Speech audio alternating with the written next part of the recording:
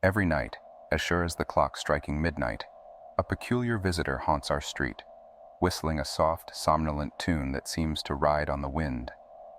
The whistling weaves its way through the living room and kitchen, slipping into corners and crevices, impossible to pinpoint, but impossible to ignore.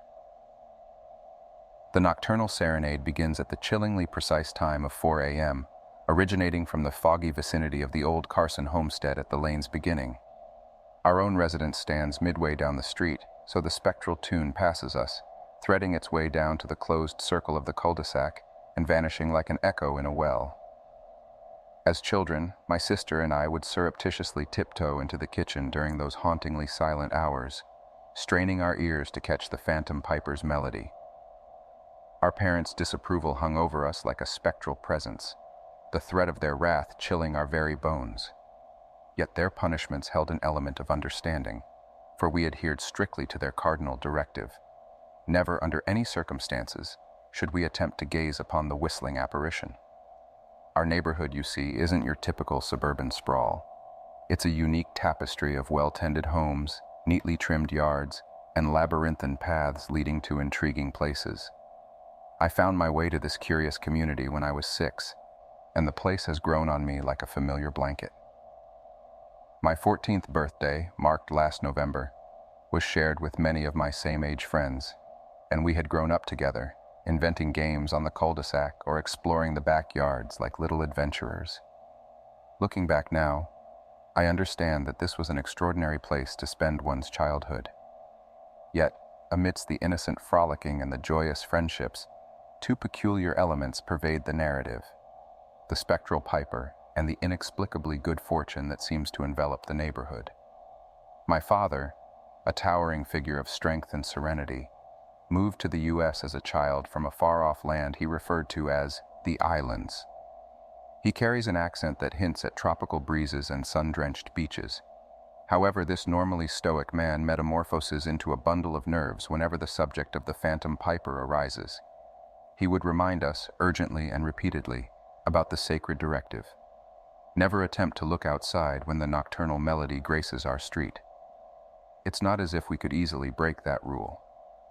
The windows of our home are secured by canvas shutters on the inside, as solid and unyielding as fortress walls. Each evening, my father would pull these down and lock them securely, pocketing the key like a warden securing his prisoners. My mother's feelings towards our spectral visitor remain shrouded in mystery. Occasionally, I've glimpsed her sitting on our plush red couch, awake at 4 a.m., listening to the melody that whispers through our home. Her silent vigils are infrequent, perhaps once or twice a month, but they've etched an indelible image in my mind. The piper's tune, strangely enough, is a light, whimsical tune. A cheerful tune, to be exact. An eerie counterpoint to the haunting circumstances of its delivery. Yet, for all its oddities, our neighborhood is strangely blessed. The residents seem to stumble into good luck at every corner-winning radio contests, sudden promotions, finding authentic arrowheads buried like treasure in their gardens. Our skies are perennially clear. Crime is an alien concept, and the gardens burst with exuberant color each fall. The phrase, "a million little blessings," springs often from my mother's lips when she talks about our home. But all of this, the strange nocturnal visitor, the persistent good luck, the vibrant neighborhood, pales in significance when compared to the central reason why we continue to reside here, my sister Ella. Born prematurely with a dire lung condition, Ella's life hung by a thread. Her tiny, fragile form lay in the sterile hospital, dwarfed even by the other infants in the ward. A cold, unfeeling machine was her lifeline, whispering breath into her underdeveloped lungs. Our relocation to this neighborhood was determined by a desperate need to be closer to the hospital that had become Ella's temporary home. Yet from the moment we set foot in our new residence, her health inexplicably improved. The puzzled doctors chalked it up to their interventions, though their perplexity hinted at their doubts. It became apparent, to us at least, that Ella's sudden recovery was just another stroke of the good fortune that seemed to flourish here.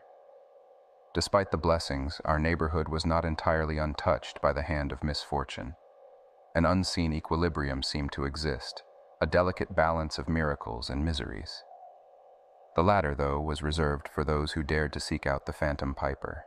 Our neighborhood's neighborhood network was a charming anachronism, a cordial group of neighbors who would welcome newcomers with a pot of homemade macaroni casserole, a carefully assembled gift basket, and a manila envelope, an innocuous package that belied the disturbing contents within. I was just a boy when we first moved here, 7 years ago. I remember the warm smiles and friendly chatter as the committee welcomed us. They offered me a Snickers bar, their eyes sparkling with kindness, while they took turns holding Ella, handling her with the tenderness one would a fragile doll. Then, their congenial faces turned grave as they requested a private meeting with my parents. Reluctantly dispatched to my room, I found myself pressed against the door, ears straining to absorb the muted conversation. The committee began with the prosaic, extolling the virtues of the neighborhood, a place they described as being uniquely blessed.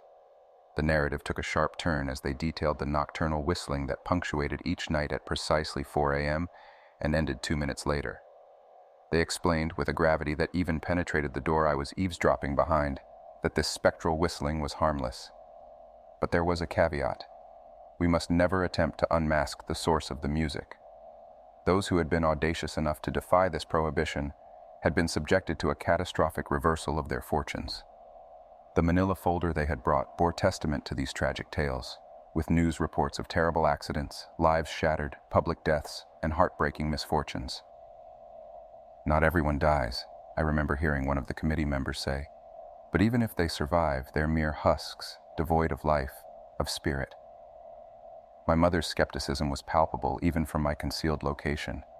Her tone swung between disbelief, indignation, and anger, at one point accusing the committee of prejudice due to my father's foreign roots. It was my father, grounded and pragmatic, who diffused the situation, acknowledging the sincerity in our neighbor's warnings. He confessed to hearing such tales from his mother, stories of unseen entities, both benign and malevolent, that dwelled in our world. The committee's departure was followed by my father's visit to the local hardware store. He returned laden with canvas blinds, latches, and locks. That evening, he fortified every window in our house.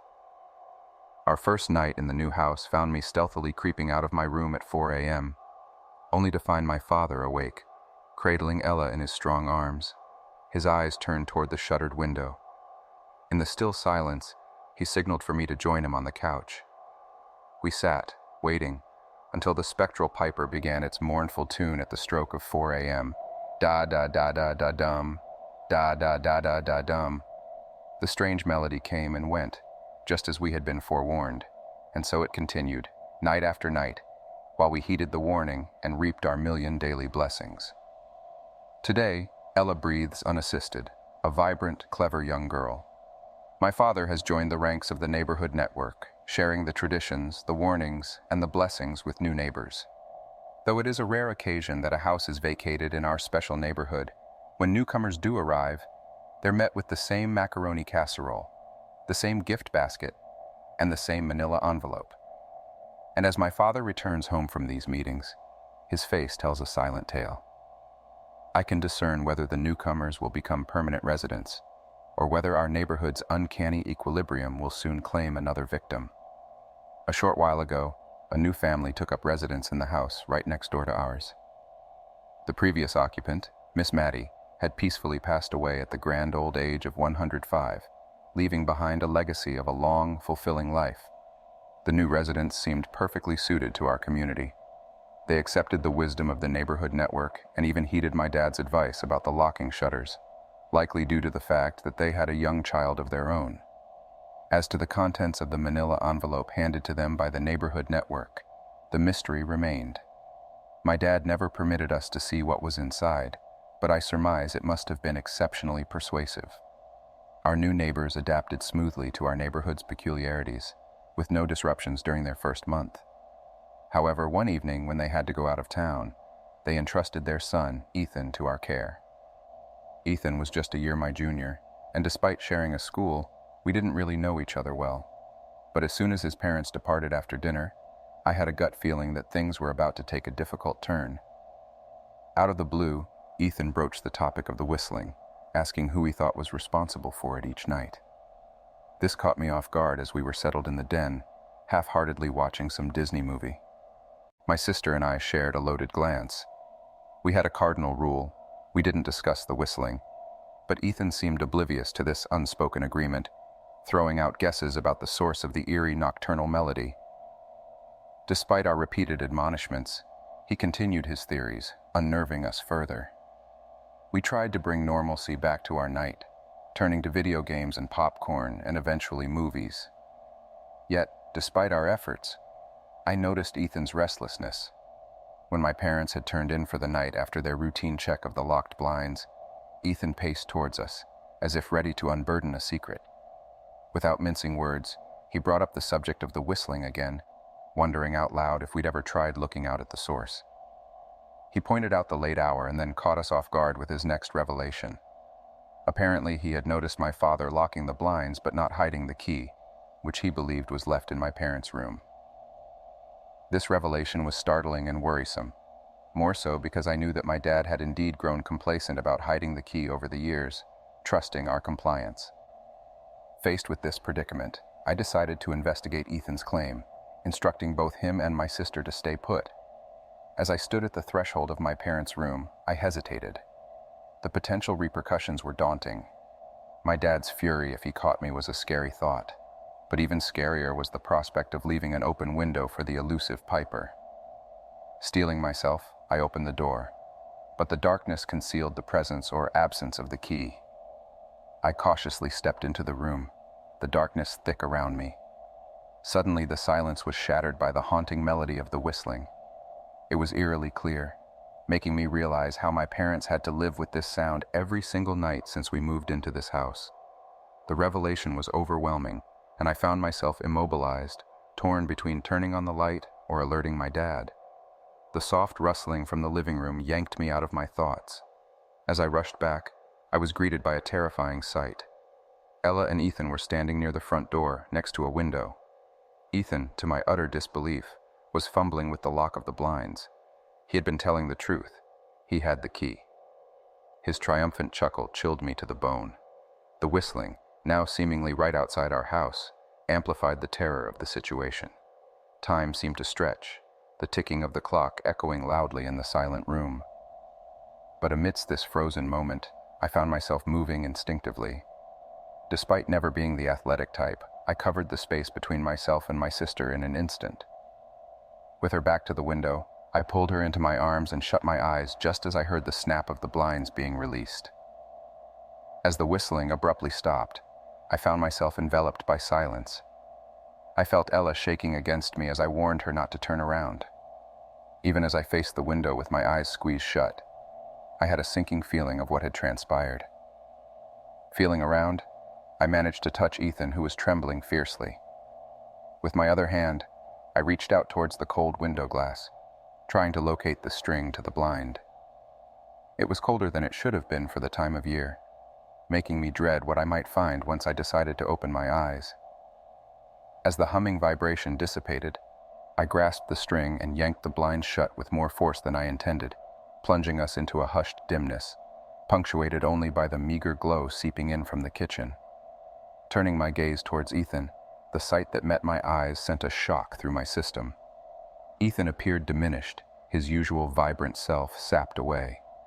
His pallor was stark in the low light, a haunting mask of terror that sent chills down my spine. He screamed, a raw, gut-wrenching sound that echoed in the confines of our home, breaking the previously silent night into a cacophony of chaos. My parents' footsteps echoed loudly, a tumultuous rumble on the hardwood floors as they rushed in from the hallway. The lights in the living room flickered on, casting an eerie illumination on Ethan's shocked face. He was ghastly white, lips chapped and bloody from nervous biting, and to my horror, I noticed a damp spot spreading across his pants. My father, always the pillar of strength, wore a look of naked fear as he registered Ethan's condition. His eyes met mine, his voice barely a whisper. "Only Ethan saw it?" he asked, the weight of dread laden in his voice. I nodded in affirmation, feeling a wave of relief wash over his face momentarily, only to be replaced by a grim expression as he turned back towards the trembling boy. A knock echoed through the room, freezing us all in our tracks. The sound was ominous, an unwanted visitor in the sanctity of our house. My mother, always the skeptic, appeared at the hallway threshold. Her stance and the bat in her hand, identical to the one my father held, declared her conversion into a believer. The knock reiterated, more assertive this time. Ethan, reduced to a terrified whisper, pleaded against answering the door. My father, with a reassuring squeeze on Ethan's shoulder, promised, "We won't let anything in tonight." The next series of knocks were vehement enough to rattle the very frame of our front door. The thuds echoed eerily, pushing Ethan into another bout of hysterics while Ella clung on to me for dear life. As my mother huddled us closer, her eyes met my father's, conveying an unspoken request. "Call the police." The moment the words escaped her lips, the knocking ceased, replaced by a gentle tap, tap, tap, like the rhythmic beating of a cautious heart. What came next sent icy tendrils of fear coiling around us. An uncanny mimicry of my mother's voice rang out from the other side of the door. "Police," it repeated in a hauntingly familiar tone. The voice continued, echoing my mother's words back at her. "Police, call, the police." It resonated through the silence of our home, growing increasingly insistent. My father shot a helpless glance at us. "How do we know when it's the real police?" he wondered aloud. A pounding at the back door interrupted his words, making us all whirl around in unison. The pounding relocated to the front door as quickly as it had started. The unsettling rhythm switched between the doors, fluctuating in intensity. Soon, the pounding seemed to emanate from both doors, the force of the blows shaking the very foundation of our home. The dread of the piper's return took hold, threatening to swallow us whole in its terrifying darkness. The rapping began without warning, a chaotic symphony against the windows and walls.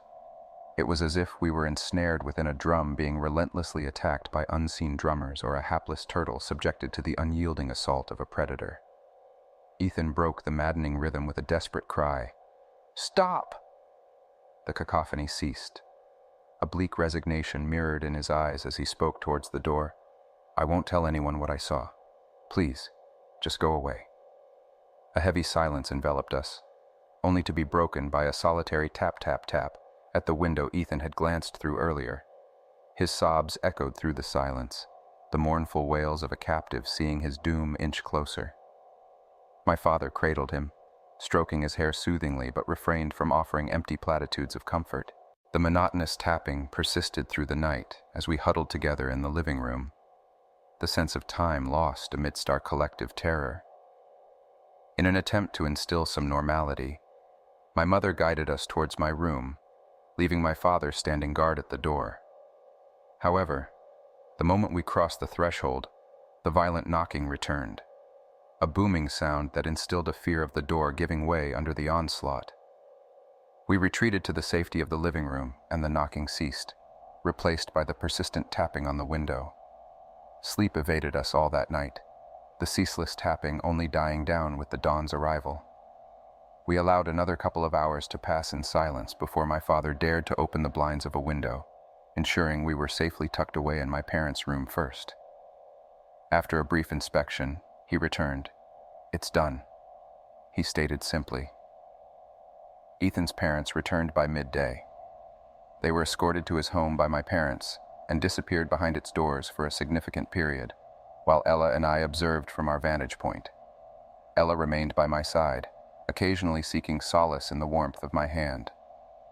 Upon their return, our parents' expressions were grim, yet they kept their conversation with Ethan's family a secret. Spending the rest of the day together, we indulged in movies and pizza, a bid to restore some semblance of normality. We camped in my room for the night, my father taking up a post in a nearby chair. The resounding silence of that night continued henceforth, bereft of any nocturnal knocking. Ethan and his family maintained their distance throughout the following week, their absence only interrupted by the appearance of a moving truck by Thursday. As Ella and I observed their packing, their tired countenances were hard to ignore. A shared pallor and lifeless eyes marked their faces, painting a stark picture of their ordeal. They departed before dusk, their hasty retreat bringing to mind the words of the original neighborhood network upon our arrival in the neighborhood. "Not everyone who confronts the piper perishes. But survival comes at the cost of their spirit, leaving their lives plagued by a series of misfortunes. I couldn't help but speculate if Ethan's parents had dared to look in a bid to console him or share his torment. Observing Ella on certain days, her youthful innocence and vibrant life force, I contemplate the repercussions if she had seen the Piper. Would I have joined her, to share the terrifying burden or offer solace? I'm grateful that remains a hypothetical scenario. 2 months have passed since the incident. We still reside in the same house, in the same neighborhood, our nocturnal visitor, the Piper, a constant presence. The advantages, the fortunate events, the prosperity that this place affords us are too significant to forsake. But we've become more cautious, abandoning the practice of sleepovers, and the key to the blinds is hidden away in a secure location by my father. There is no urge within me to search for it. There are certain things better left unseen, certain truths better left undiscovered.